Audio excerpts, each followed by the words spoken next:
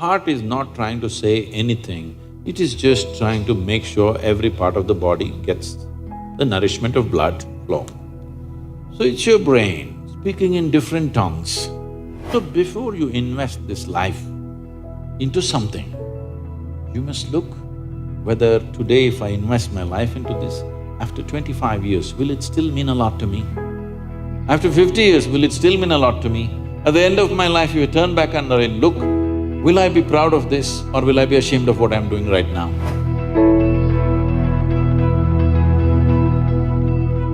Namaskaram, Sadguruji. The first question that I want to ask is actually related to me. I'm in the last year of engineering, so now there is a very big decision that I have to make now, and people have told me that if I take decisions from my heart, I'll be successful in life. So, but there lies a problem. The problem is that I don't know which thought is coming from my heart and which thought is coming from my brain.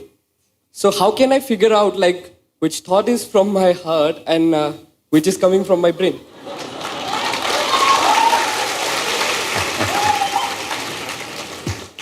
The heart makes only two sounds, lub-dub. Unless the local girls are disturbing it and it's going crazy. Otherwise it makes only two sounds. Rest of the noise is all coming from your head. This idea that something comes from the heart, something comes from the brain, it's metaphoric, but unfortunately a whole lot of people are taking it literally. There was a time in many parts of the world, particularly in Arabia, the medical science in Arabia believed the blood is pumped from the liver. You might have heard Urdu sayings about Kalija, have you? Because they believed blood is being pumped from the liver, because liver is a far more complicated organ than the heart. Heart is a simple pump. So do not give it any more responsibilities other than continuously pumping the blood and keeping you alive, unless somebody here breaks it. So, about the last year of engineering, I want you to change that language because this happened. Can I tell you a joke? It's okay? Yeah. You're pretty serious about this, that's why I'm asking. This happened. A very celebrated scientist was at a dinner and he was not grandly dressed or anything, he was looking very ordinary. So the lady who was, sitting next to him didn't pay much attention to him, she doesn't know who he is. But after some time, just to be polite, to make some conversation, "May I know what do you do?" He said, "I'm studying science." She said, "Oh, I finished that in my 10th class." So you're not going to, you're not in the last year of engineering, maybe the course, but not the last year of engineering, because for your entire life, if you learn engineering, when you're dying, after 100 years, okay? I'm not preponing it. After 100 years when you're dying, you would still know, if you are a constant learning process, you would still know you know very little about engineering. With that little, many things happen, that's different. So don't be in the last year of engineering. I know the program may be closing, but not the last year of engineering, okay? So, essentially engineering means to have things the way we want. Yes? When we say this building is well engineered, I'm not saying that. If we say this building is well engineered or an automobile is well engineered, what it means is it's functioning the way we want. Yes? Of all the pieces of engineering on this planet, of many pieces of engineering, a tree is a fantastic engineering, even a mountain is fantastic engineering, because it stood there for 1,000,000 years, that means it must be good engineering, isn't it? Yes? Something that stands there for 1,000,000 years must be well engineered. Of all this, the most sophisticated piece of engineering is human mechanism, isn't it so? Hello? Most sophisticated of all the pieces of engineering. Now, because it's a sophisticated piece of engineering, it needs a certain level of attention, otherwise you don't figure it. Now that we gave you such a highly, high-tech piece of engineering, I'm asking you, did you read the user's manual? I think there is no user manual for now.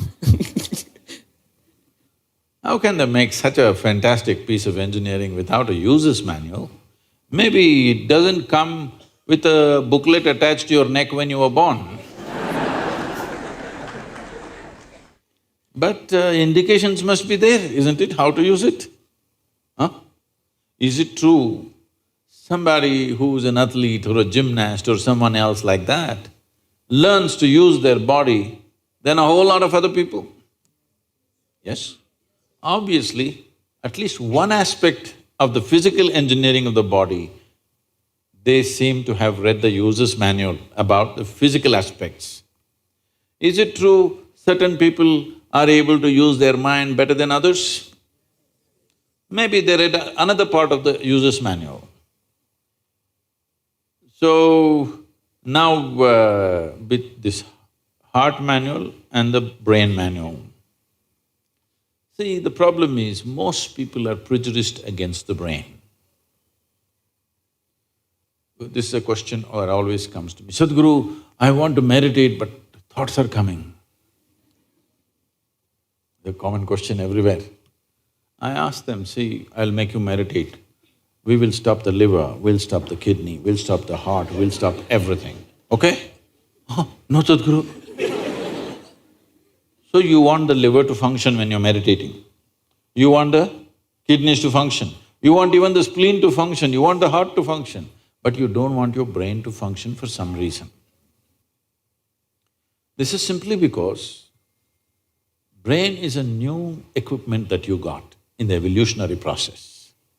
This level of cerebral development happened more recently compared to the other systems. If you cut open any mammal, they all have all these parts, isn't it? Every part that you have here, all of them have. Even if you open a frog, most of you, your biology department. Even if you open a frog, almost everything that you have, he also has, isn't it?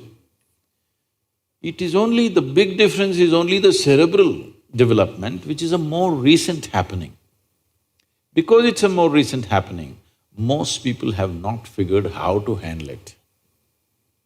So, user's manual is very important. You don't read a user's manual just before you discard the machine. You read it in the first few days, isn't it? Hello? If you buy a phone, do you want to read the user's manual in the first 3 days or after 3 years when you're throwing it away? First 3 days, isn't it? So, knowing how this functions is very important. Never did ever heart generate any thought or intention. Well, when you looked at the young girl, heart beat more, that doesn't mean it's saying anything, it's just trying to compensate for the other levels of excitement that's happening.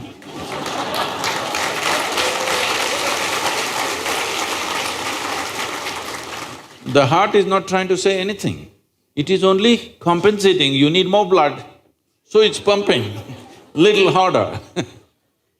That'll happen even if you run up the staircase. Yes? What happens to you little panting when you fall in love also happens physiologically when you run up a staircase, yes or no? Fear also does that to a whole lot of people. So, heart is not trying to say anything, It is just trying to make sure every part of the body gets the nourishment of blood flow. So it's your brain speaking in different tongues. What's your native language? What's your mother tongue? Asmis. So, because when you know 2, 3 languages, sometimes it gets confused, sometimes it speaks in English, sometimes in Assamese, sometimes in something else. So you're thinking different people are speaking, heart is speaking, mind is speaking, no. There is thought and there is emotion. People think these two things are saying different things. They're not saying different things. The way you think is the way you emote, isn't it so? Right now, if I think, oh, she's the most wonderful person on the planet, I just have to think. Then my emotions become sweet towards her. Now I think she's the most horrible creature on the planet. Now my emotions become nasty. Yes or no? I cannot think she's horrible and have sweet emotions. I cannot think she's wonderful and have nasty emotions, isn't it so? But today, I thought she's the most wonderful person and my sweetness was flowing.